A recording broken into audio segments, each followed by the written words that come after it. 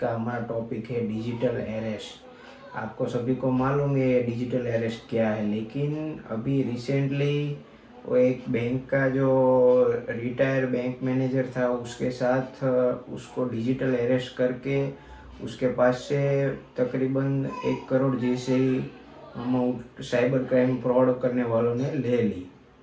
उसी लिए हम आज आपके सामने डिजिटल अरेस्ट वाला टॉपिक लेके आए हैं।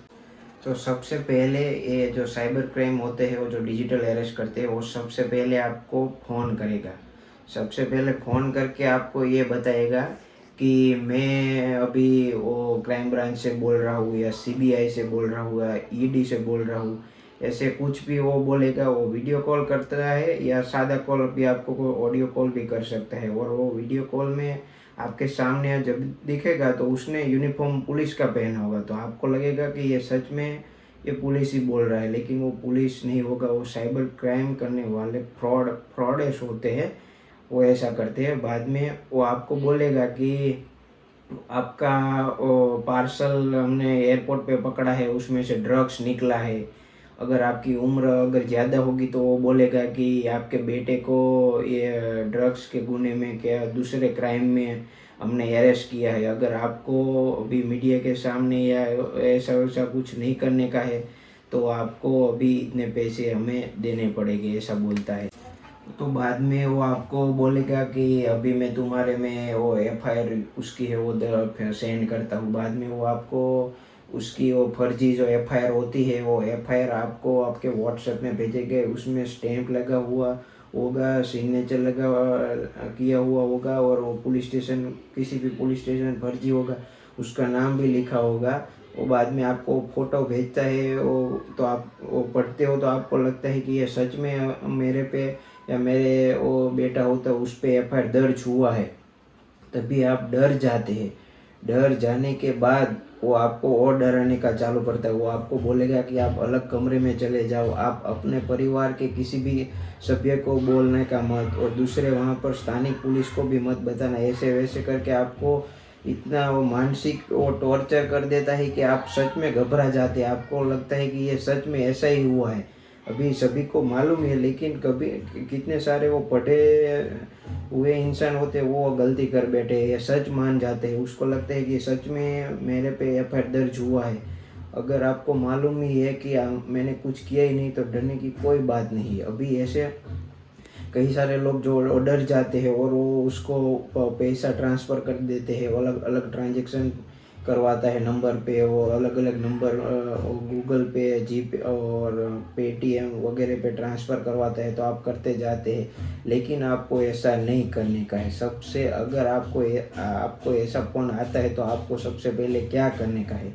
आपको सबसे पहले अपने घर के पास जो नज़दीक का पुलिस स्टेशन होगा वहाँ पर जाके वहाँ के पुलिस वालों को बताने का है।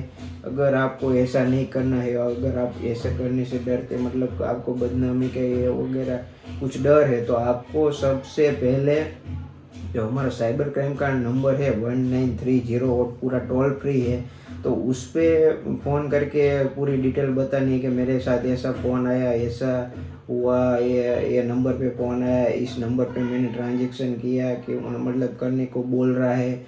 ऐसा आपको लगेगा कि मैंने तो अपना नंबर किसी को दिया नहीं है, मैंने तो कुछ किया नहीं है, तो फिर भी ये साइबर क्राइम फ्रॉड वाले मेरे को क्यों फ़ोन कर रहे हैं। मतलब आपको लगता है कि तुमने ऐसा नहीं किया है, लेकिन आप कभी भी अपने वो प्ले स्टोर, ऐप स्टोर पे से अगर कोई अननोन एप्लीकेशन होगा वो डाउनलोड करते हैं, और वो जो आप सामने वाले को एक्सेस दे देते हैं। आपको मालूम नहीं होता, लेकिन आप वो जो अननोन एप्लीकेशन डाउनलोड करते हैं तभी उसके पास आपका एक्सेस हो गया, आपके पूरी डिटेल उसके पास चली जाती है, तभी उसके पास से डिटेल आती है। वरना ऐसे अगर आपने ऐसा कुछ नहीं किया तो उसके पास नहीं जाए। साइबर क्राइम फ्रॉड करने वाले की जो एमओ होती है, मोडस ऑपरेंडी, मतलब जो गुनत करने के प्रकार जो होते हैं, मतलब स्टाइल होती है उसकी, वो हर टाइम पे अलग अलग वो चेंज होता रहता है। कभी वो ऐसा करके, मतलब वो जो उसको मालूम पड़ जाता है कि अभी इससे वो साइबर फ्रॉड के शिकार नहीं बन रहे, तो उसका वो एमओ होता है वो चेंज कर देता है। अभी मैं थोड़े दिन पहले की मेरी बात करूँ तो मेरे फ़ोन में और एक अननोन नंबर से ई चलन का मैसेज आया था। उसमें पूरा लिखा था ये इतने पैसे भरने का है, ये लिंक वो मतलब एप्लीकेशन ये एपीके करके वो एप्लीकेशन दी थी। तो तभी मेरे को पहले से ही मालूम पड़ गया कि मेरे नाम पे तो एक भी टू व्हील या फोर व्हील नहीं है, तो मतलब ये मेरा ई चलन नहीं है। तो तभी मैंने सबसे पहले उसको वो नंबर पर ब्लॉक कर दिया। व्हाट्सएप में आया था, उस नंबर पर ब्लॉक कर दिया। मतलब तभी वो साइबर फ्रॉड वाला कितना इंटेलिजेंट है, उसने तभी वो उसको मालूम पड़ गया कि मैंने उसका नंबर ब्लॉक कर दिया है। तभी उसने दूसरे नंबर से मेरे को वही सेम ई चलन भेजा।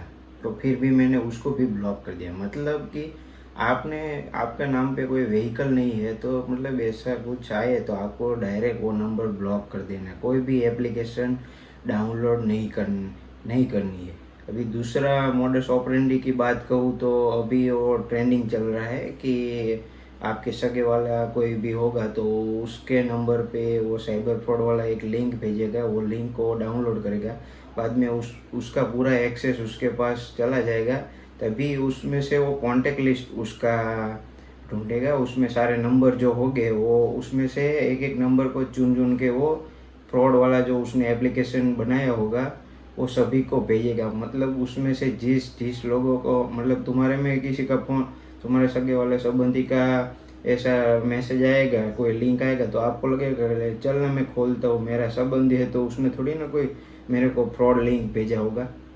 लेकिन आपको नहीं पता होता है कि ये फ्रॉड वाले आपको लिंक वो नंबर हैक कर लिया है, उसलिए उसमें से लिंक भेज रहे हैं अलग अलग नंबर पे।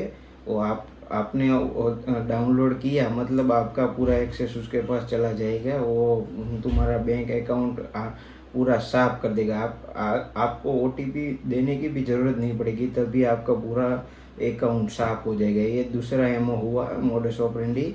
अभी तीसरा चौथे की बात कहूँ तो पहले थोड़े टाइम पहले चल रहा था फेक आईडी वाला। आपके जैसा नाम ही वो फेक आईडी बनाएगा और उस नंबर से आपको अलग अलग आपके फ्रेंड हो गए उसमें मैसेज करेगा कि मेरे को पैसे की ज़रूरत है, मेरा ये हो गया वगैरह। मतलब ये अलग अलग टाइप की एमओ हुई है। उसके बचने के लिए आपको मैंने बताया ऐसे कि आपको कोई अननोन नंबर फ़ोन नहीं रिसीव करने का है, आपको कोई एप्लीकेशन नहीं डाउनलोड करनी है, आपको किसी को ओटीपी नहीं देना। बैंक या पुलिस कभी भी आपको फ़ोन करके नहीं बताते कि ऐसा हुआ वैसा हुआ। मतलब be aware, be safe. Thank you for watching.